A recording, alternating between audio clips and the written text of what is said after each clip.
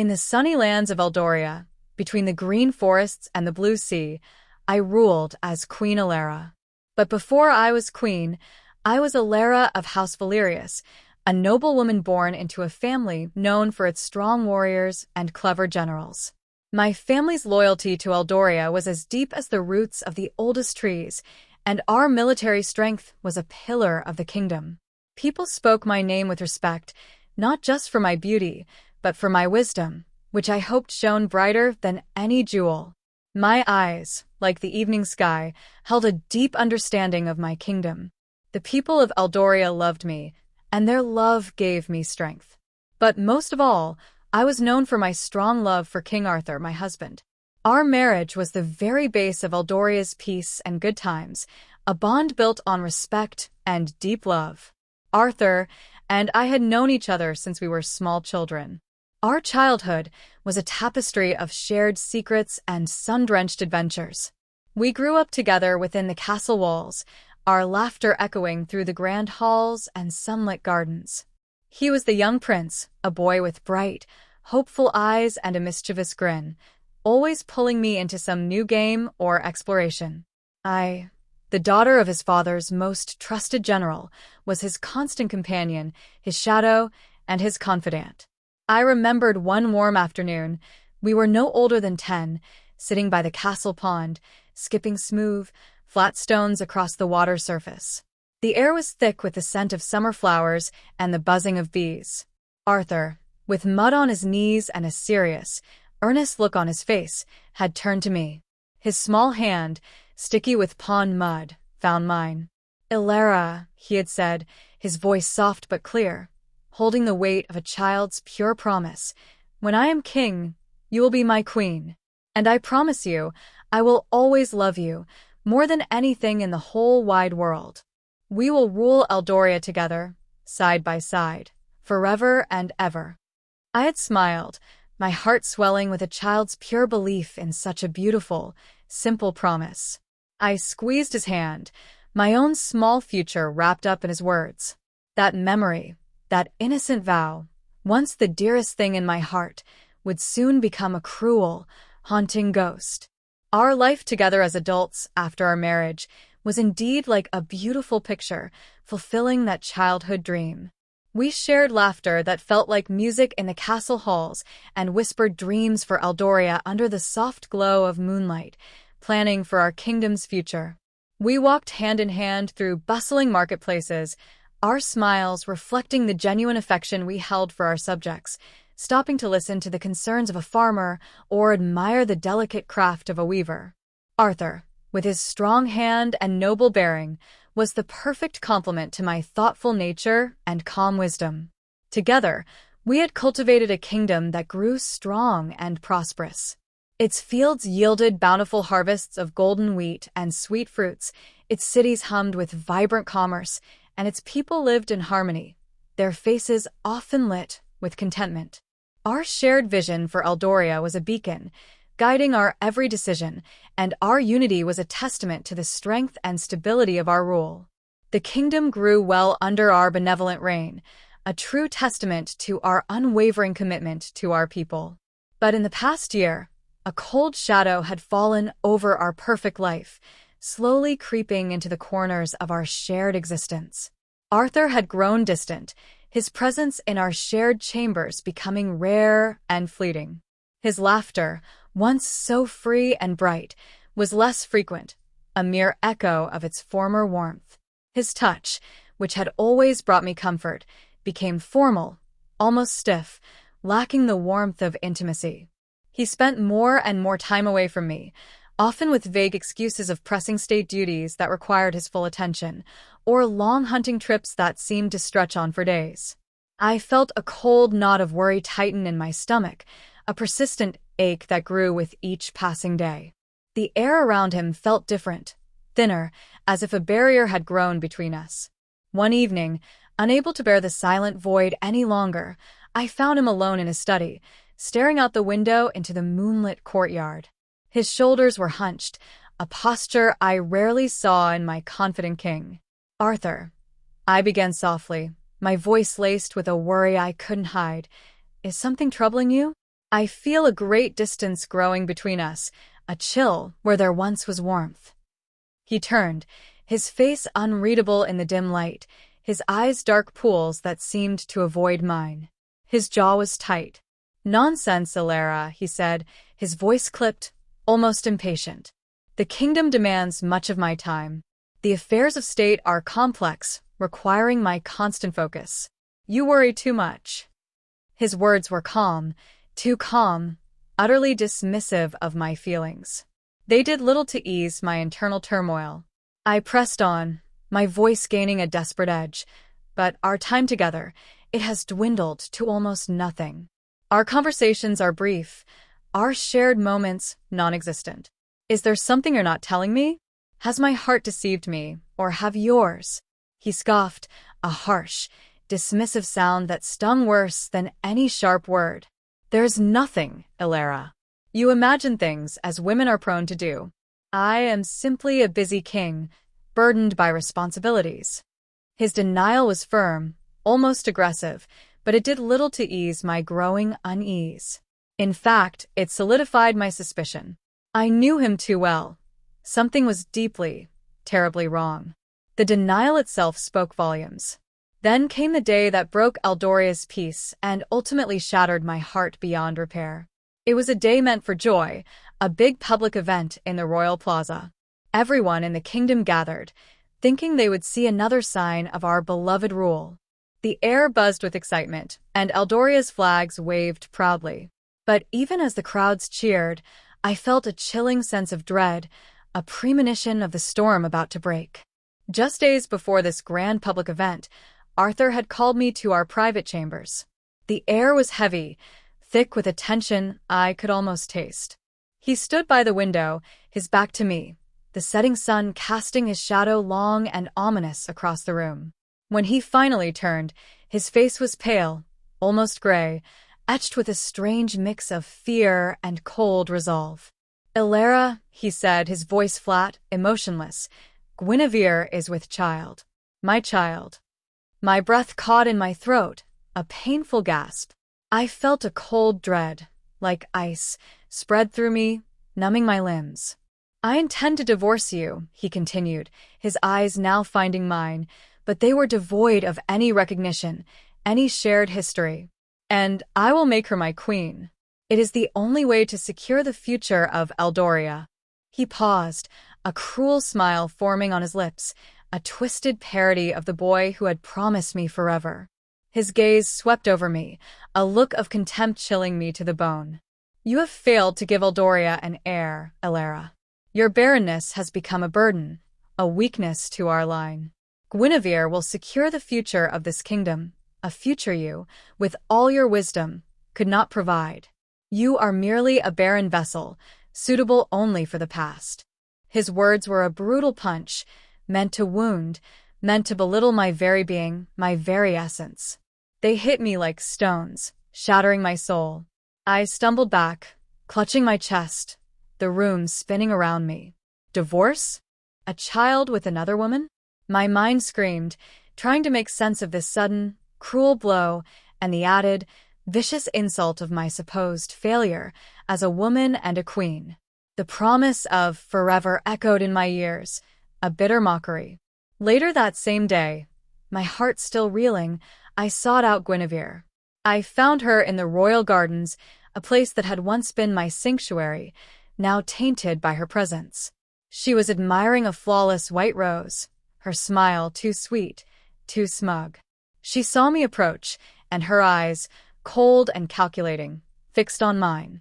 "So, the little mouse Elara has finally emerged from her hole," she purred, her voice dripping with false sympathy, laced with triumphant malice.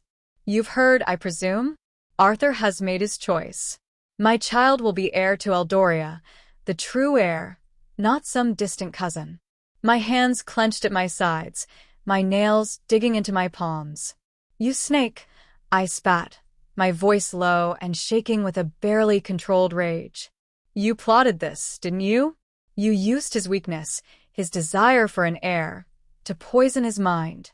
She simply smiled, a cold, knowing smirk that twisted her beautiful face into something ugly. A queen must be fertile, Elara. Arthur needs an heir. And you, dear queen, could not give him one. I can. He loves me, you see. He showers me with jewels, diamonds that sparkle brighter than any in your dowry, silks from distant lands.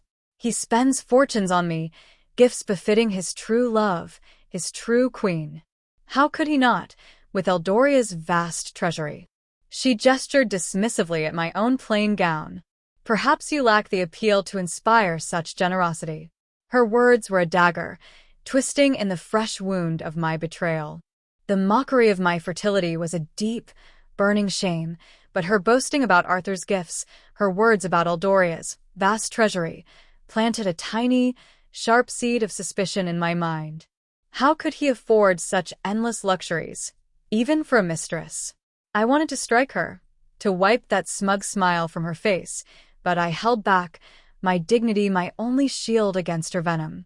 This isn't over, Guinevere, I vowed, my voice barely a whisper, but filled with a growing, cold promise of retribution.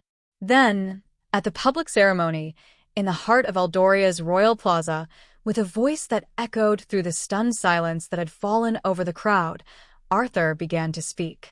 His words, initially soft, grew in volume, carrying a chilling finality. He declared his love for Guinevere, a declaration that felt like a physical blow to me, striking deeper than any fist. He renounced his marriage to me, to Elara, before all of Eldoria. The world tilted on its axis.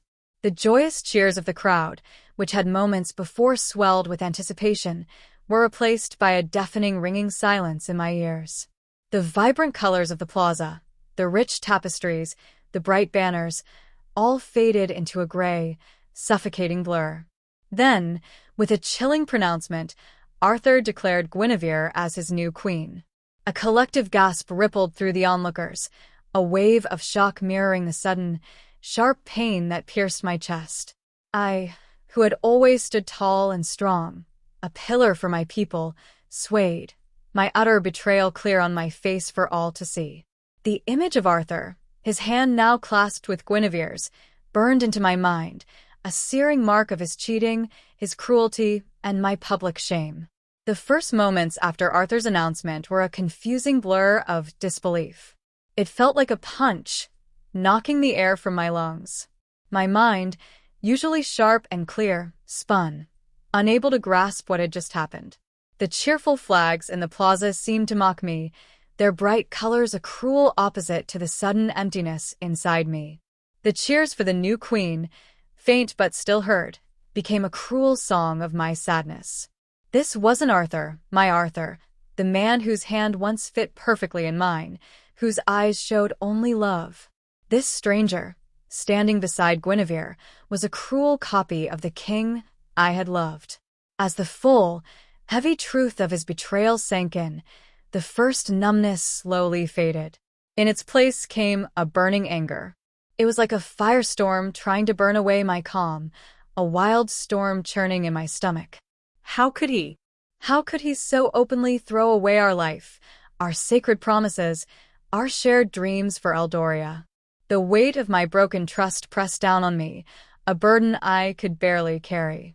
Every soft word from our past, every gentle touch, every promise made, now felt like a cruel trick. This personal pain was made worse by the huge pressure to stay calm, to remain a strong leader for my kingdom, even as my own world fell apart. The eyes of Eldoria were on me, looking for any sign of weakness, and I knew I could not show it. Not yet.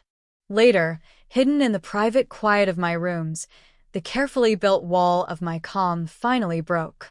The heavy wooden doors were shut, the rich tapestries making the castle sound soft, creating a safe place from the prying eyes of the court. Before my most trusted friend, Lyra, the queen who had faced down foreign leaders and stopped fights within the kingdom with a strong will, I finally let myself fall apart.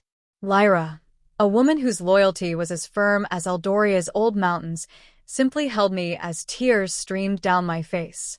I poured out my hurt, the raw shame of being so openly disrespected, the sharp pain of a love betrayed that felt like a real wound, the huge pressure to stay strong, to not show weakness to those who would surely use it. The ambitious nobles, the enemy kingdoms, felt like a physical weight on my shoulders, threatening to crush me.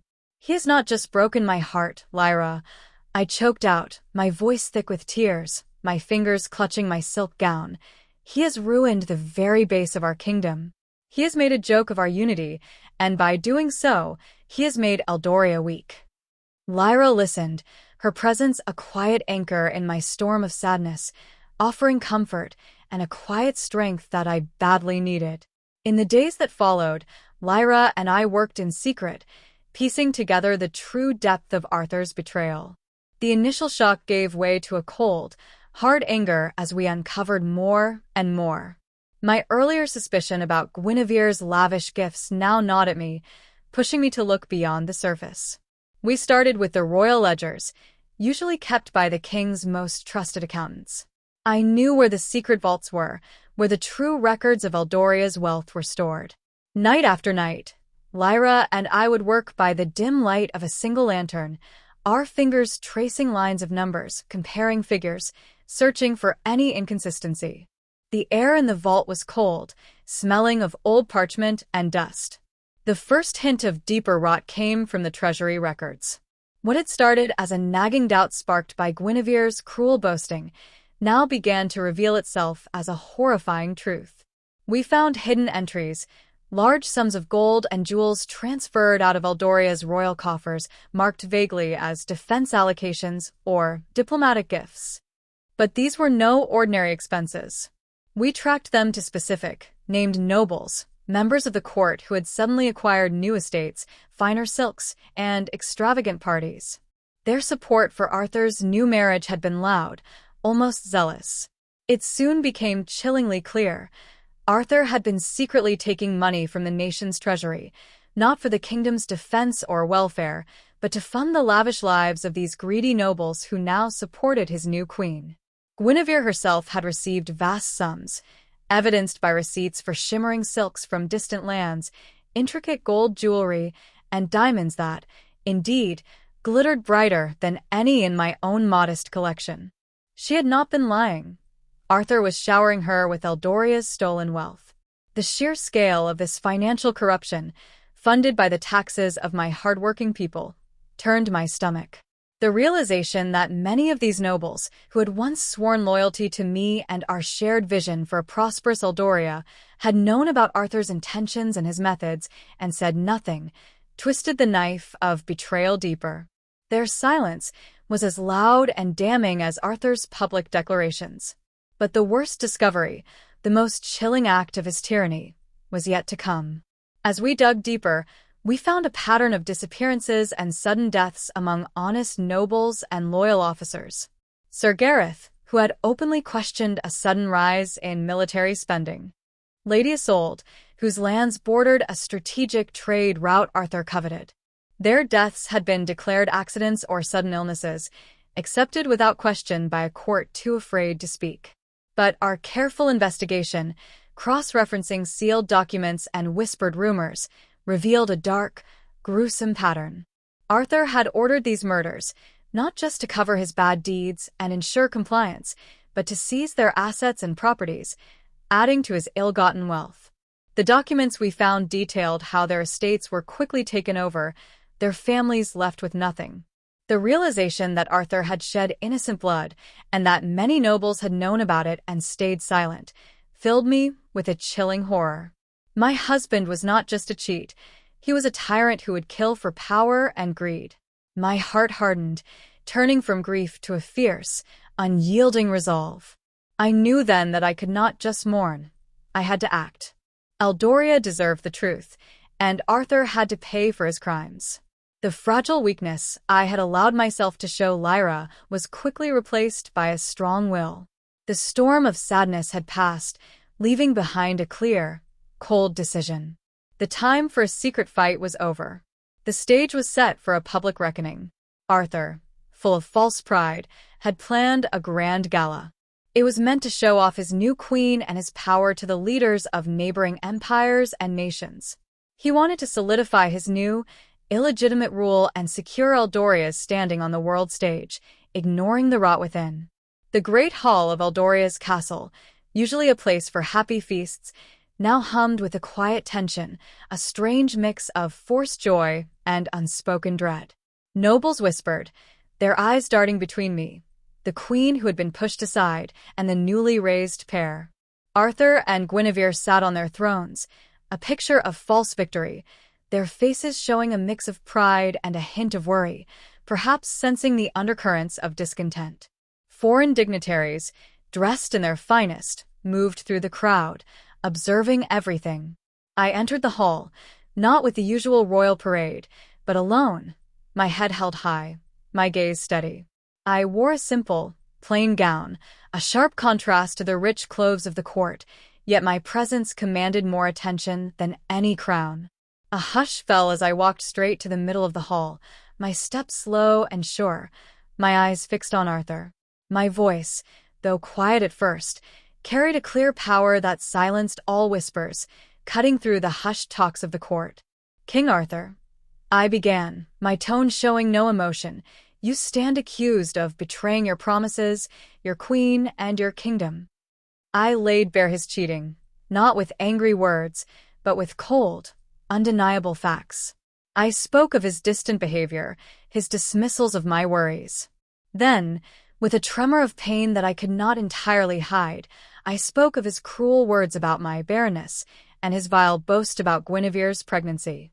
I moved to the core of his betrayal, detailing secret meetings, hidden letters, and the clever tricks Guinevere had used to trap Arthur and weaken my place.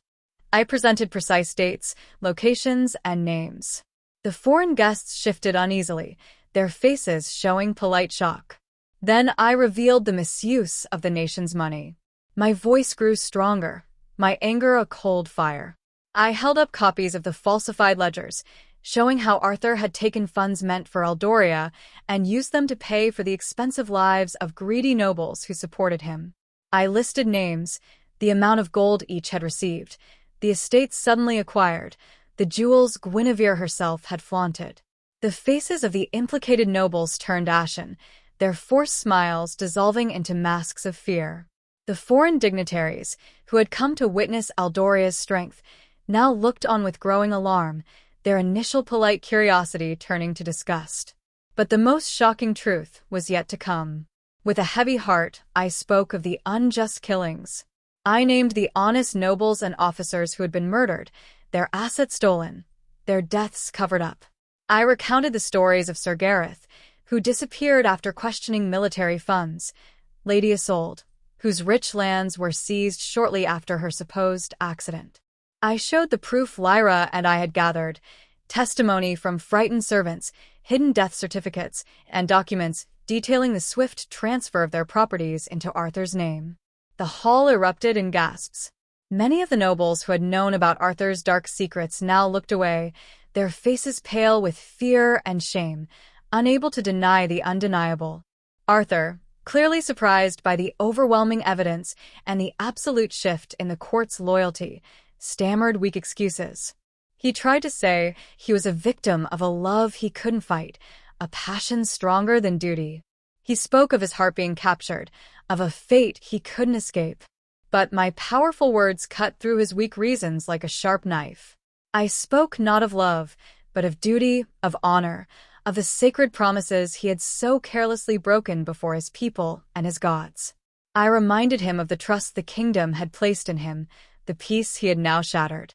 The people, who had once cheered his announcement, now roared with anger, their loyalty firmly returning to me, their betrayed queen, whose true worth shone brighter than any crown. With a steady gaze that allowed no argument, a gaze that showed the full weight of my power and my strong will, I declared Arthur unfit to rule. The words hung heavy in the air, filled with my firm belief. By the laws of Eldoria, and by the will of its people, I announced, my voice ringing with complete authority, I, Queen Elara, declare that Arthur has betrayed his sacred trust. He is no longer fit to be king. As I finished, a roar erupted from the people. My family, House Valerius, With their long history of military leadership and their strong ties to Eldoria's army, had been quietly preparing. My uncle, General Theron, a stern and loyal man, stepped forward, his hand on the hilt of his sword, a clear signal to the loyal forces gathered outside the hall. Many of the royal guards, soldiers trained by my own family's methods and dedicated to the true ideals of Eldoria, moved swiftly, their faces grim. This was no mere declaration. It was the start of a coup. With the strong support of the honest nobles, the unwavering loyalty of my family's military might, and the unified voice of the people, we moved swiftly. Arthur's remaining loyalists, few and scared, quickly surrendered, their brief moment of power collapsing around them. The coup was swift, driven by the overwhelming tide of public anger and the clear evidence of Arthur's crimes. Arthur, stunned and defeated, was taken into custody, his false crown tumbling from his head. Guinevere, her ambition now a broken dream, her face contorted in fear, was also seized. Later, just before his exile, Arthur was brought before me one last time in a small, bare room. His face was haggard, his royal robes replaced by simple, coarse travel clothes. He fell to his knees, not in true regret, but in desperate fear. Tears streamed down his face, making his eyes seem small and desperate. "Elara," he choked out, his voice broken and pleading, "please forgive me. Remember the good times, our laughter, our shared dreams for Eldoria. Remember that child's promise by the pond? I beg you, let me stay. I was foolish, I was blind, I swear." My heart, once so full of love for him, was now a block of ice, unbreakable and unyielding. I looked down at him, my expression cold, unmoving. "The good times, Arthur, were built on a lie. You betrayed our vows, our kingdom, and shed innocent blood. There is no forgiveness for that. Not for the child who promised me forever, nor for the king who became a tyrant. You remembered our childhood promise only when it suited your plea, not when you cast me aside." My voice was flat, devoid of any warmth, any trace of the past. "Your banishment is final. Eldoria has no place for a king who forgets his people and his honor. You made your choice. Now you face the consequences." With a curt nod to the guards, I watched as they led him away, his pleas fading into the distance. Guinevere, too, was exiled, her schemes ending in disgrace. The iron fist of justice had come down, swift and sure, bringing back order and showing the true power of Eldoria. After Arthur's banishment and Guinevere's exile, I took the throne fully. Some in the court still doubted a woman ruling alone, but I quickly showed my strength and wisdom. My rule brought big changes. I focused on fairness, making sure everyone had a chance to learn and succeed, no matter who they were. I opened royal schools for all and brought in different voices to help me rule. Women found new ways to work and lead, making our kingdom stronger. Under my leadership, Eldoria grew like never before. My smart money rules brought wealth, and new trade routes made us rich. My promise to fairness created a deep feeling of peace among my people. Eldoria, once hurt by betrayal, became a bright example of progress and harmony, a place where new ideas grew and everyone felt valued. My story became more than just about my personal sadness. It showed the true strength of a person, especially a woman who chooses to rise. I had faced shame and betrayal, but I turned my pain into purpose. I went against old rules, proving that a woman's strength is powerful. My reign showed that true power comes from wisdom and honesty, not just from a title. Across Eldoria, women looked to me as a symbol of strength. My courage to face hard times and challenge old ways touched many hearts. Stories of my rule were told for years, not as a tale of a queen betrayed, but as a legend of a queen who turned sadness into victory.